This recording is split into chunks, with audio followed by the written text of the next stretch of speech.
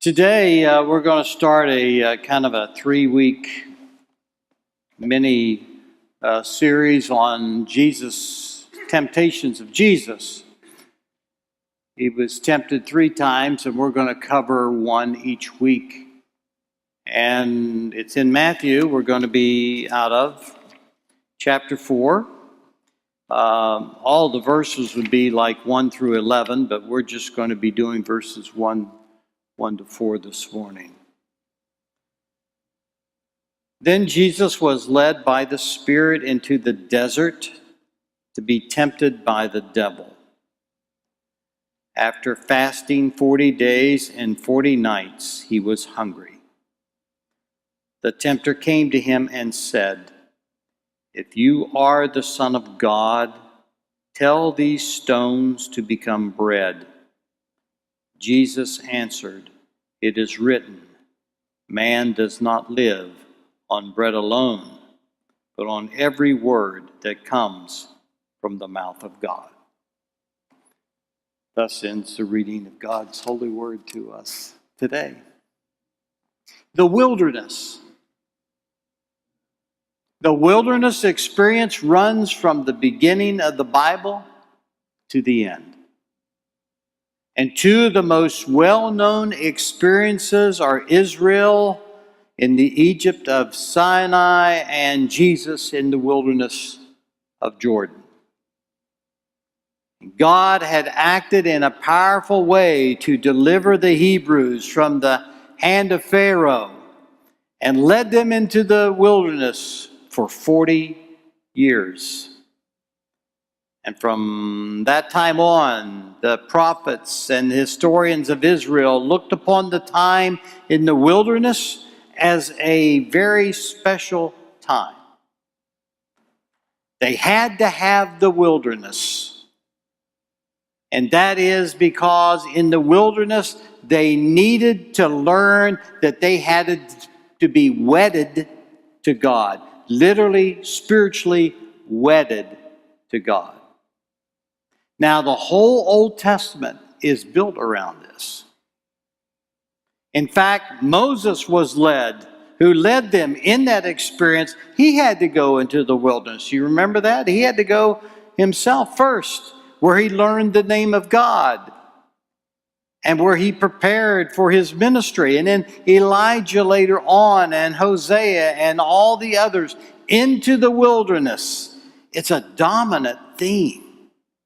And now Jesus is led into the wilderness for 40 days and 40 nights. And what happened in the wilderness? Jesus wrestled with all of the things, dependencies that were available to him.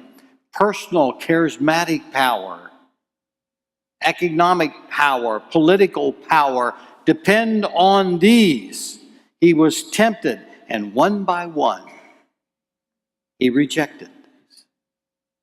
And his last word in the wilderness is, "You shall worship the Lord your God, and him only shall you serve." Later, the Apostle Paul, converted to Christ on the road to Damascus, had to go into the desert of Arabia for 3 years before he was ready for his ministry. So like I said, it is a theme that runs all the way through the Scripture, and the lesson is always the same. God is the source of life. God is the one who loves us into being, and it is only when we are absolutely dependent on him that we find life. And it is in the wilderness that we seem to learn this. All right? Now, I have always been interested in this because it is a dominant biblical theme. So while I was in seminary, I had the opportunity to spend 8 days in the spring of 1980 living as a hermit in the Arizona desert. There is a small, one might say, very tiny Roman Catholic community which believes so strongly in the importance of prayer and contemplation and the wilderness experience that they live out in the desert of Arizona, 60 to 70 miles north of Phoenix, maintaining hermitages for 5 or 6 people who would like to come and live as hermits in the desert there. Now, I had some of my classmates, they went with me into this, and I had told them I really wanted the experience of the wilderness, and so prayerfully and lovingly, they gave me the full treatment.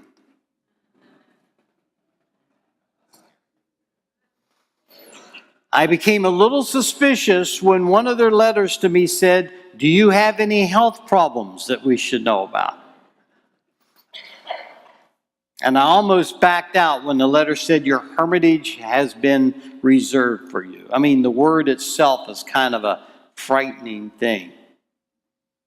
And the hut that I was going to was the most removed from everybody else, the most isolated, the most primitive. It is where the founder of the order liked to stay when he was in residence. So I lived for 8 days in a little wooden hut, 6 feet by 12 feet. And on rainy days, when I was trying to get exercise, pacing back and forth, there was 4 steps in one direction and 3 in the other. That's it. That's it. I slept on a board. They did put a real tiny, thin rubber foam cover over the board, but the bed was literally cement block with plywood board. That was it. And the weather was something of a problem. I mean, I had thought, well, I'm willing to go through with this, God, but I think I'm going to go in April, when it's springtime in the desert, and I had visions of nice, warm Arizona desert sunshine and wildflowers and all the rest. I thought I would freeze to death. I mean it literally. I find out that this place is in the high desert in Arizona, and there's a difference. I took only a sweater and a light coat. The day we arrived, it was snowing very hard. And for 5 straight days, snow and cold rain and wind and clouds, I didn't see the Arizona sun for 5 days. And I wore several layers of clothes day and night. And on the night I was lying in bed with all these clothes on, I only had this tiny thin blanket and quilt, shivering. I mean, I couldn't sleep, I was so cold. I heard the voice of God saying to me, "I didn't bring you here for fun and games, buddy." We got up at 5:30 in the morning for morning prayer. And you come into this beautiful little chapel, and there in this small community, intense prayer already. At 6 p.m. we had evening prayers and then a common meal in the evening every once in a while. All Saturday night we took turns in the chapel praying for Sunday. I mean, that was a beautiful thing. I mean, think of somebody who could be here all Saturday night praying in preparation for what's to happen here on Sunday. You can imagine what that would be like. The all-night prayer vigil. And then on Sunday morning, after 5 straight days of terrible weather, the sun, bright and warm and beautiful. And I remember how it nourished my soul, and we had the celebration of the Lord's Supper. It was so dignified and beautiful. Now, the food was something of a problem. I had oatmeal for breakfast every day. And your first 2 meals you prepared yourself. There was electricity in the hermitages. You prepared them on a little, hot plate. So I had oatmeal. Sometimes I had bread, hot tea. That was it. That was breakfast. Every day. And for lunch also, taken alone, you prepared it yourself. I had oatmeal. Or maybe soup, for a change. And that was it. Then we had a common meal in the evening, occasionally, which was to give us nourishment, but they were all meatless meals. No meat for 8 days. And the first night, I remember the first night, I was so hungry, we had fried onions over rice as the course. That was it. That was dinner. I don't even mean French fries, rice. That's just rice with fried. It was terrible. Anyway, that was all it was. Then the next night, how about this? We had a half-cooked bowl of kidney beans. That was supper. So again, I was discovering this was not for fun and games. I lost 5 pounds during those 8 days. And you would think as a result of this, I would hate oatmeal. I do hate oatmeal. Matter of fact. But I really knew I was in the wilderness, however, when on one occasion I started to get in the bed and there was a lizard in the bed already ahead of me. He had obviously come in to get out of the cold. I didn't blame him. But as I debated for myself, I thought, all night, that's a little too much. It's either him or me that's got to go. So I made these careful preparations, and I opened the door, and I was going to grab him by the tail and flick him out. Well, I grabbed him by the tail, and the tail came off in my hands. Now, you desert people know that this is a common happening, and they told me it's okay, the lizard will grow a new tail. I said, well, it's okay with the lizard, but it's not okay with me. Didn't like that.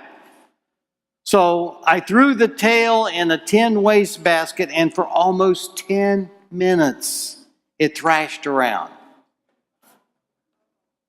It was an amazing thing. And as young people would say today, it really grossed me out. But the thing that really worried me and left me on ready alert all night was that even though I had the tail, I didn't have the lizard. And sure enough, the next morning, when I awoke, the lizard was in bed with me.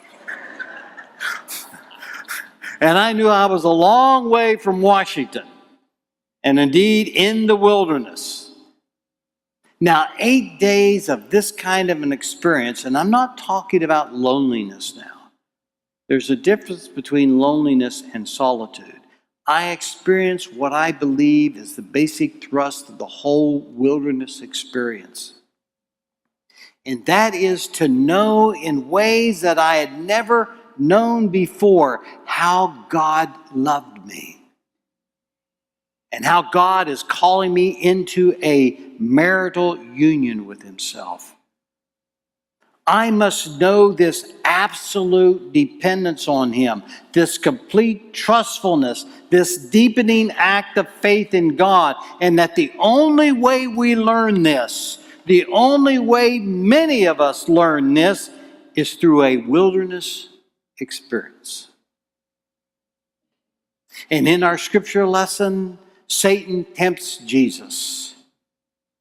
Tempts him 3 times, but this morning we're looking at the first. He challenges Jesus to make really a hard decision. He's been fasting in the desert. He's hungry. So the devil's first proposal is, if you're the Son of God, then tell the stone to turn into a loaf. This has to be an appealing one. Should Jesus use His power merely to satisfy His craving for food? Should He perhaps then go and do likewise for all the hungry people who've been impoverished by the Roman tax collectors? I mean, surely the overturning of social injustice was in harmony with the Father's will. I mean, that should be good. Economic justice, social justice, they're proper Christian concerns. Man, after all, does live by bread. But these concerns are not ends in themselves. They're only means to an end. The end of our searching and questing, our working and sweating, our laughing and crying is God, the eternal love, the works of love among our brothers and sisters point us in the direction of the eternal love. And the search for eternal love begins here and now in the discovery of love in one another. This is God's plan for salvation. God's design for the final reconciliation of humanity and divinity. But means is not to be confused with the end, and so Jesus answers, man does not live by bread alone. And when Jesus came out of the desert with God, along at the center of his being, he was prepared to carry out his ministry among the people in harmony with God's will. God and God alone belongs at the center of our being. That's probably one of the things I learned on that trip. All else in life must fit into place around the God center. If we're going to be the whole persons, alive to who we are and moving forward for fulfillment in harmony with God's will. That's why we're here. But keeping God at the center is a constant struggle. Jesus triumphed over Satan. But as the scriptures tell us, Satan departed from Jesus in the desert only to await another opportunity. Satan will not take no for an answer. So don't waste your time saying no to Satan. Rather, use your time saying yes to God.